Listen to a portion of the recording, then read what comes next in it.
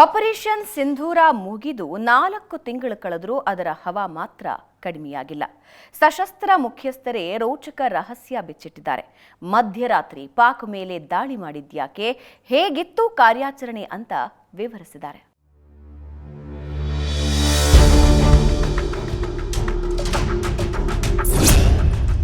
Operation ಸಿಂಧೂರದ ಇನ್ನಷ್ಟು ರೋಚಕ ಮಾಹಿತಿ. ಸಶಸ್ತ್ರ ಮುಖ್ಯಸ್ಥರೇ ಬಿಚ್ಚಿಟ್ಟ ರೋಚಕ ರಹಸ್ಯ. ಮೇ 7, 2025 ಭಾರತದ ಸೇನಾ ಇತಿಹಾಸದಲ್ಲಿ ಸುವರ್ಣಾಕ್ಷರದಲ್ಲಿ ಬರೆದಿಡುವ ದಿನ. ವೈರಿ ಪಾಕಿಸ್ತಾನಕ್ಕೆ ಬೆವರಿಳಿಸಿದ ದಿನ. ಪಾಕ್ಗೆ ಕನಸಿನಲ್ಲೂ ಬೆಚ್ಚಿ ಬೀಳುವಂತೆ ಮಾಡಿದ ದಿನ. ಅದೇ ಆಪರೇಷನ್ ಸಿಂಧೂರ ನಡೆದ ದಿನ. ಹೌದು, ಪಹಲ್ಗಾಮ್ ಹತ್ಯಾಕಾಂಡಕ್ಕೆ ಭಾರತೀಯ ಸೇನೆ ಬಲವಾಗೇ ಪ್ರತೀಕಾರ ತೆಗೆದುಕೊಂಡಿತ್ತು. ಪಾಕ್ ಬೆಂಬಲಿತ ಉಗ್ರರ ನೆಲೆಗಳ ಮೇಲೆ ದಾಳಿ ನಡೆಸಿ ಧ್ವಂಸ ನಡೆಸಿತ್ತು.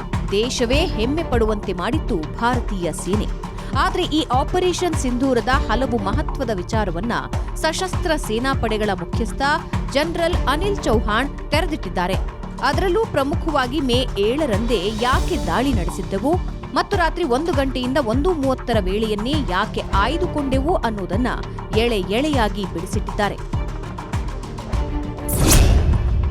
ಕತ್ತಲ ರಾತ್ರಿಯಾದ್ರೂ ಸೇನಾ ಸಾಮರ್ಥ್ಯದ ಮೇಲೆ ನಂಬಿಕೆ.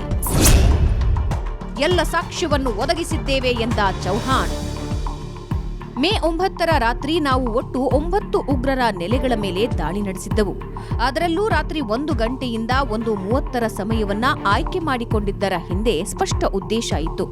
ಪರಿಣಾಮಕಾರಿಯಾಗಿ ದಾಳಿ ನಡೆಸುವುದು, ಜೊತೆಗೆ ಉಗ್ರರ ನೆಲೆಗಳಿಗೆ ಹೆಚ್ಚು ಹಾನಿ ಮಾಡುವುದು ಉದ್ದೇಶವಾಗಿತ್ತು ಅಂತ ಹೇಳಿದ್ರು ಸಿಡಿಎಸ್ ಅನಿಲ್ ಚೌಹಾಣ್.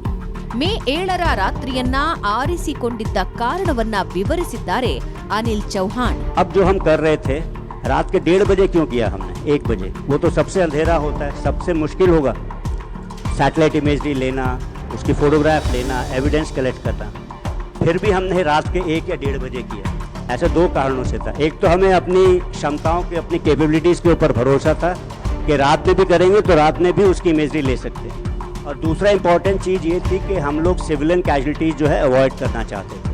2019ರ ಬಾಲಾಕೋಟ್ ವಾಯುದಾಳಿಯೊಂದಿಗೆ ಇದನ್ನ ಹೋಲಿಕೆ ಮಾಡಿದ ಚೌಹಾಣ್, ಆಗ ಪುರಾವೆಗಳನ್ನ ನೀಡಲಿಲ್ಲ ಅಂತ ಟೀಕೆ ಎದುರಾಗಿತ್ತು. ಆದ್ರೆ ಈ ಬಾರಿ ತಾಂತ್ರಿಕ ಸಾಮರ್ಥ್ಯ ಹಾಗೂ ವಿಶ್ವಾಸದಿಂದ ಭಾರತ ರಾತ್ರಿ ಹೊಡೆತ ನಡೆಸಿ ಚಿತ್ರಗಳನ್ನ ಪಡೆಯಲು ಸಾಧ್ಯವಾಯಿತು ಅಂತ ಹೇಳಿದ್ದಾರೆ.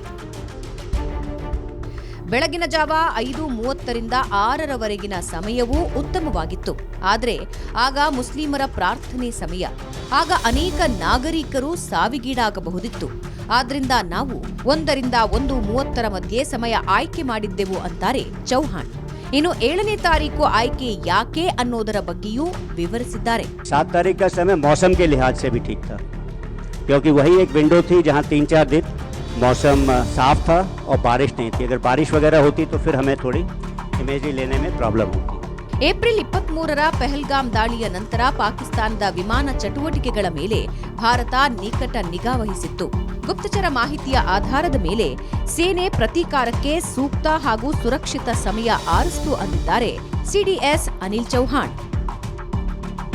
Bureau report, Asianet Suvarna news.